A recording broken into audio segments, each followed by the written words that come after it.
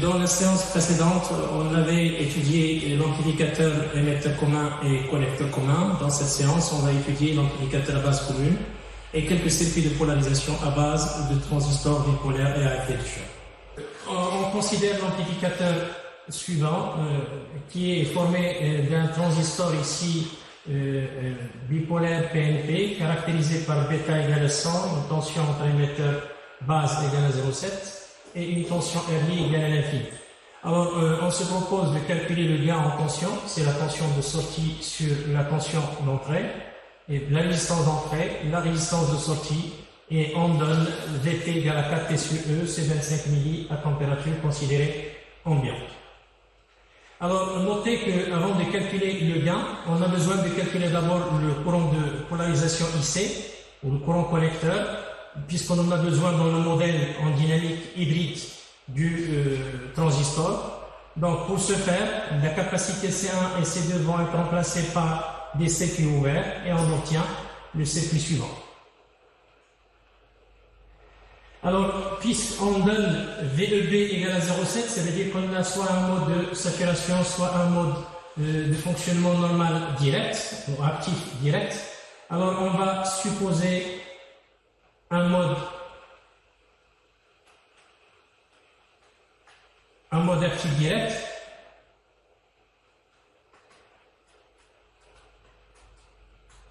Alors là, en utilisant cette fois-ci la maille N1, on peut écrire l'équation sous la forme suivante ici, moins VEB plus moins RE IE, donc en utilisant la maille qui est ici, plus VE égale à 0.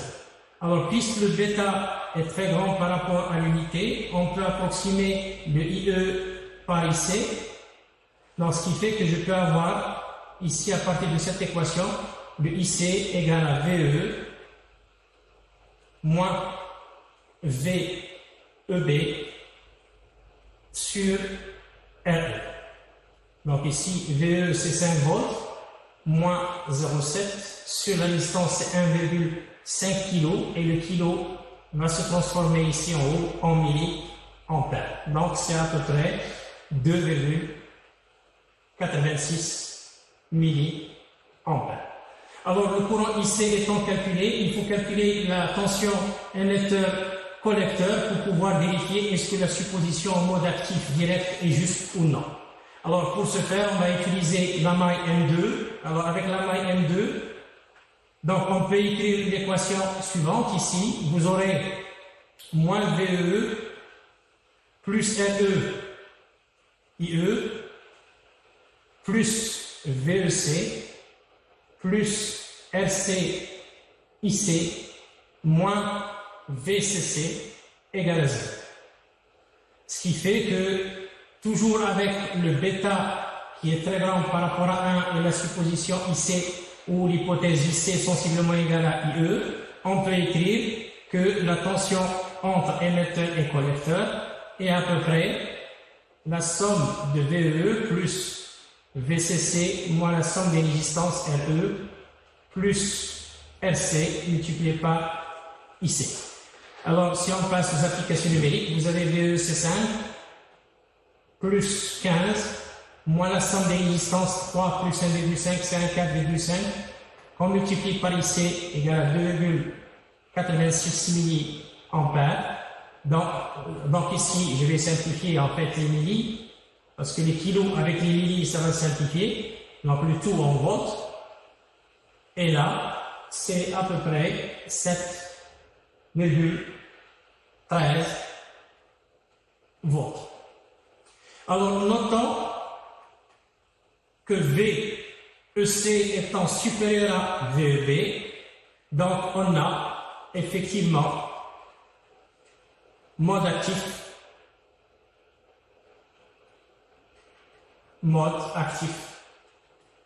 direct.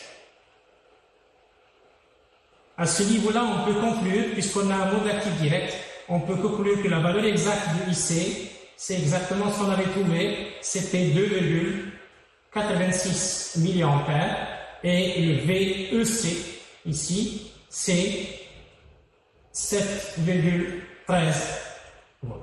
Je note que puisqu'on travaille avec un PNP ici, notez que les polarités par rapport au NPN sont inversées. Donc pour le NPN, on travaille avec VCE et ici on travaille avec VEC et en même temps on travaille pour le NPN avec VBE et ici pour le PNP on travaille avec VBB.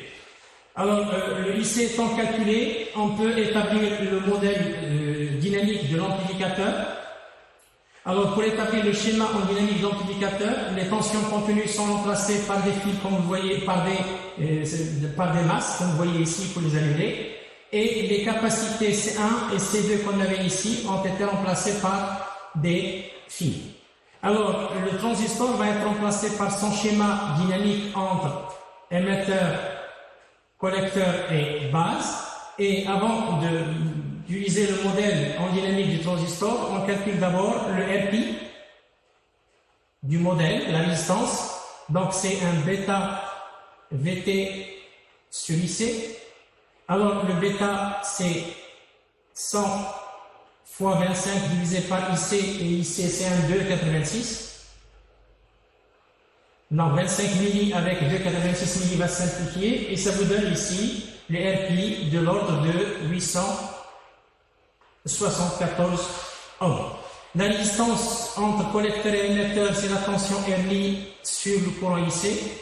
La tension RNI étant supposée infinie, donc vous aurez ici une résistance infinie. Maintenant, pour pouvoir mettre le schéma en dynamique, il faut choisir une masse commune. Donc ici, je commence par mettre ici une masse commune, et cette masse, ça coïncide avec la base. Le signal, il attaque l'émetteur, il faut mettre l'émetteur ici, et je connecte bien sûr la tension de sortie au niveau du collecteur, donc il faut mettre ici le C. Donc ici vous avez la base et les communes entre l'entrée et la sortie. Et par la suite, on complète le schéma par les éléments. Donc on a entre l'émetteur et la masse, vous avez RS et vous avez ici la tension VS. Et vous avez aussi entre l'émetteur et la masse, vous avez ici RE. Donc je mettrai ici RE. Et entre le collecteur et la masse, vous avez ici RC. Et également, vous avez en parallèle la résistance R. Vous avez ici la tension de sortie, la tension d'entrée, c'est à ce niveau-là, le courant d'entrée est indice I. Maintenant, il faut mettre plutôt le schéma équivalent de transistor en dynamique. On sait qu'entre la base et l'émetteur, vous avez la résistance RPI. Je mettrai ici RPI, qui est traversée par un courant IB, qui va de la base vers l'émetteur. Et entre le collecteur et l'émetteur, vous avez ici une source de courant qui va bien sûr ici orienter du collecteur vers l'émetteur. Je mettrai ici bêta IB en parallèle avec la résistance R0. Et donc on a ici le schéma d'un amplificateur base commune, c'est ce qu'on appelle un amplificateur base commune, parce que la base elle est commune à l'entrée et à la sortie, elle est liée à la masse. Notez que cette résistance R0, puisqu'il est infini, on va la enlever dans la suite de cet exercice. Alors, le R0 étant enlevé, donc on se demande ici de calculer le gain en tension. Gain en tension. Alors, le gain en tension, c'est la tension de sortie sur la tension d'entrée. Alors, notez que les deux résistances qui sont en parallèle ici sont traversées par bêta IB, donc on peut utiliser une simple loi d'Ohm. À partir de là, on peut calculer la tension de sortie. Donc, c'est un moins bêta IB qui va traverser la résistance RC en parallèle avec R. De la même manière, la tension VI, c'est la tension aux bornes de RE, et puisqu'il est en parallèle avec le RPI, c'est la même tension aux bornes de RPI. Donc la loi d'Ohm permet d'écrire tout simplement moins RPI fois IB, puisque vous avez ici la tension, c'est la même tension V. En faisant le rapport ici, donc vous aurez AV égale à moins bêta RC en parallèle avec le RL sur moins RP, donc j'aurai un plus ici et je divise par le RP. Donc là, c'est à peu près ici, donc pour le bêta, c'est 100. La mise en parallèle de 2, c'est 1,83 kg, que je divise par RPI. RPI, on vient de le calculer, c'est 0,874. Et là, tout calcul fait, on aura tout simplement un gain de l'ordre de 209,4 ici pour le gain en tension. Maintenant, on passe à la résistance d'entrée. Donc, résistance d'entrée ici. Cette résistance d'entrée RI, c'est la tension VI sur I indice I. Notez, puisque le courant I va rentrer dans une mise en parallèle de résistance ici. Donc, on commence d'abord par calculer le courant I indice I. C'est le courant qui va traverser la résistance RE, c'est VI sur RE, plus le courant qui va traverser, bien sûr, la branche qui est ici, mais cette branche-là, c'est bêta IB plus le IB. Donc, je mettrai ici un moins, bêta plus 1, IB.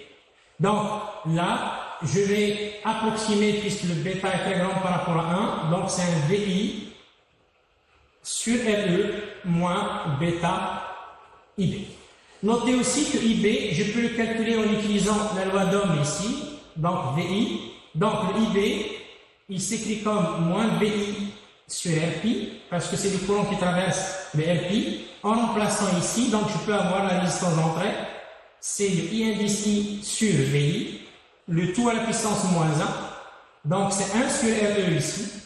Vous avez là, le moins avec le moins 2 que vous avez ici, vous aurez un bêta sur RPI, le tout à la puissance moins 1. Donc 1 sur RE, c'est 1 sur 1,5, plus bêta, c'est 100, divisé par RPI, c'est 0,874. C'est plutôt, ici, on transforme toutes les résistances en kilos, pour avoir le résultat ici en kilos. Et là, donc si on fait les calculs, on trouve ici à peu près 8,7 ohms. Maintenant, on finit par cet exercice par la résistance de sortie. Donc pour établir la résistance de sortie, il faut remplacer Vs ici, qui est la source indépendante ici, par un fil, et éliminer également la charge. Et ici, ce qu'on va faire par la suite, on va remplacer l'entrée ici par un court-circuit, et ici, on alimente la sortie par un générateur E0 qui débite un courant I0. Et puis, la distance de sortie, il est donné par E0 sur I0. On commence d'abord par calculer I0. I0, c'est le courant qui passe ici, donc c'est E0 sur RC, plus le courant qui est ici, c'est un plus bêta fois IB. Maintenant, pour pouvoir calculer IB, on va utiliser cette maille que j'ai désignée ici par la maille M. Donc cette maille nous permet d'écrire tout simplement ici, puisque le bêta plus 1 IB qui est là va traverser la mise en parallèle qui est ici. Donc je peux avoir ici moins RS en parallèle avec RE fois bêta plus 1 IB est ici. Alors là, moins RP fois IB égale à 0. Donc ça, c'est avec la maille M. Alors avec cette maille M, ça peut nous donner directement comme résultat ici que le courant IB égale à 0. Donc si IB égale à 0, on peut déduire que la distance de sortie n'est rien d'autre que RC. Et c'est égal à 3 kg. Maintenant, on passe à notre exercice.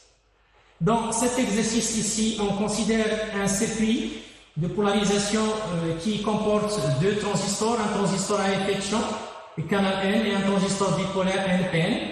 Le transistor bipolaire Q1 est caractérisé par bêta égale à 170, cette fois-ci c'est pas 100, et V2 égale à 0,7. Et le Q2 est caractérisé par un courant max IDSS de 12 mA et une tension de pincement de moins 3. Alors on demande de calculer le IC, la tension grille source et le courant drain. Donc, la résistance RT, c'est 1 sur R1 plus 1 sur R2 à la puissance moins 1. Donc, 1 sur 18 plus 1 sur 220 puissance moins 1 kg. Et ça vous donnera ici 16,64 kg.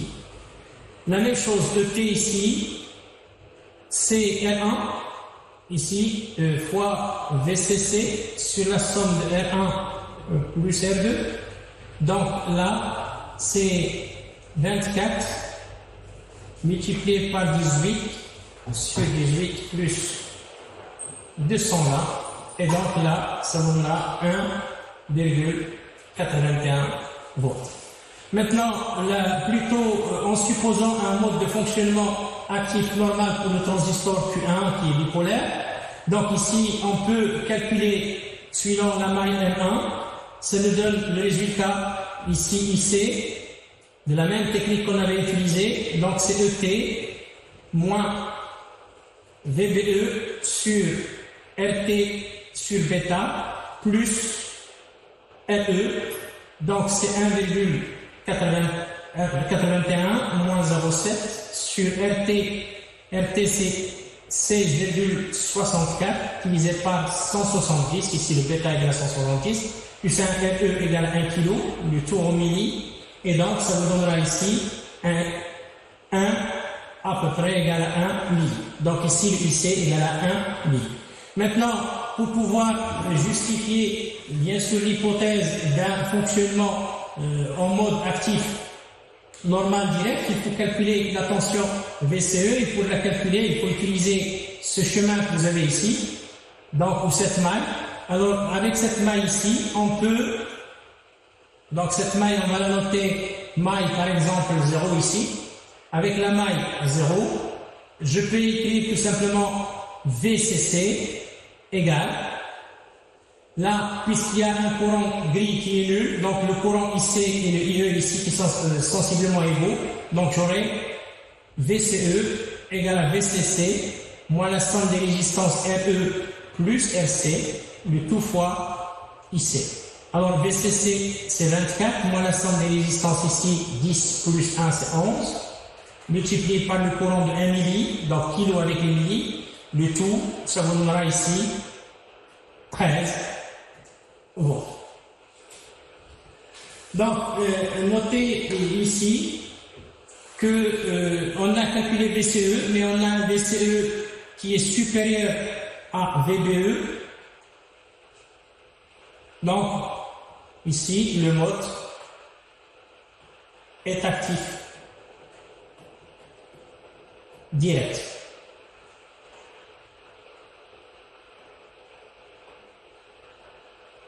Le mode est actif direct.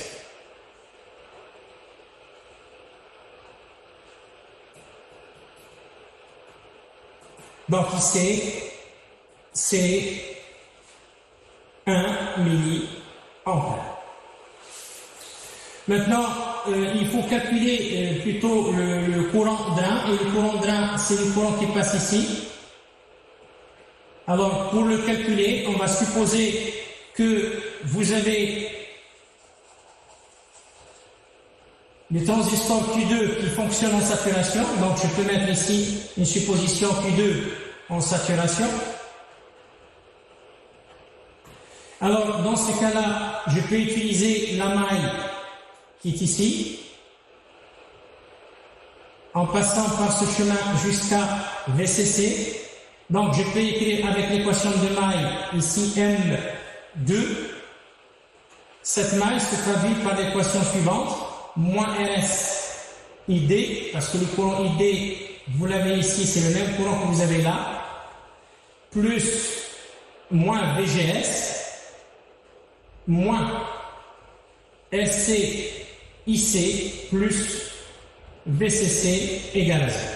Et en remplaçant ID par sa valeur, donc, et en multipliant par moins, j'aurai ici RSK, facteur de VGS moins VP, le tout au carré, plus VGS, plus RCIC, moins VCC égale à 0. Notez que K, c'est le courant IDSS sur VP au carré.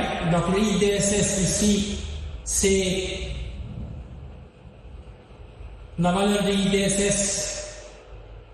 Donc ça c'est 12 sur 3. Ici c'est un 12 sur 3 au carré. Donc c'est 9 milliampères par volt au carré. Donc, en divisant par RSK et en plutôt développant cette équation du second ordre, on va obtenir ici VGS au carré plus VGS, facteur de 1 sur RSK, moins 2 la tension de pincement, plus RCIC moins VCC, le tout sur RSK, plus VP carré, tout ça égal à 0. Donc, en remplaçant VP par sa valeur, donc VP ici, noté c'est moins 3 volts, et IDSS égale à 12 milliampères. Donc, on va plutôt obtenir l'équation suivante, c'est VGS carré plus 6,34 VGS plus 4,21 égale à 0. Donc, cette équation du second ordre admet deux racines. Donc, je mettrai ici les racines de l'équation. En fait, il y en a deux. Il y a VGS1 à peu près égal à moins 0,755 volts. Et VGS2, c'est à peu près moins 5,58 volts. Alors maintenant, quelle est la valeur exacte de VGS? En fait, la valeur, c'est celle qui correspond. Donc, il faut avoir que VGS soit entre la tension de pincement pour avoir un courant non nul et 0. Et la tension de pincement ici égale à moins 3 volts, ce qui entraîne que VGS, il prend la valeur en fait de moins 0,755 volts. Donc la tension VGS étant déterminée, on va calculer ID avec la formule suivante. ID, c'est K facteur de VGS moins la tension de pincement au carré. Mais K, on va le remplacer par IDSS sur VP au carré. On peut avoir la relation suivante ici. Usuel, c'est 1 moins VGS sur VP, le tout au carré. Donc, je remplace ici par 12 milli. Je multiplie par moins. Et là, j'aurai un 0,700 sur 3, le tout au carré, ampères. Alors, si on fait le calcul ici, c'est à peu près 6,72 milliampères. Maintenant, le courant ID étant calculé, il faut impérativement calculer la tension VDS pour pouvoir justifier est-ce que l'hypothèse d'un mode de fonctionnement de saturation est juste. Alors là, on va suivre le chemin qui est ici pour pouvoir calculer le VDS. Donc, avec la maille que je vais noter maille 3, ici, donc la maille 3, nous permet d'avoir donc l'équation suivante. Donc on peut avoir VDS égale à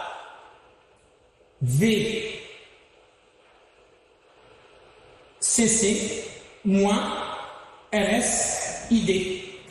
Donc ici c'est un 24, moins RS c'est 2,2 multiplié par 6,72 milli. Donc ça va simplifier le tout en volts. Et là, ça vous donne un VDS de l'ordre de 9,21 volts. Maintenant, il faut comparer le VDS par rapport à VGS moins VP. On va calculer VGS ici moins VP, la tension de pincement. La tension VGS moins VP ici, c'est un moins 0,plus 3. Et cette quantité, il est clair qu'il est inférieur par rapport à 9,21. Donc, le fonctionnement est effectivement en saturation.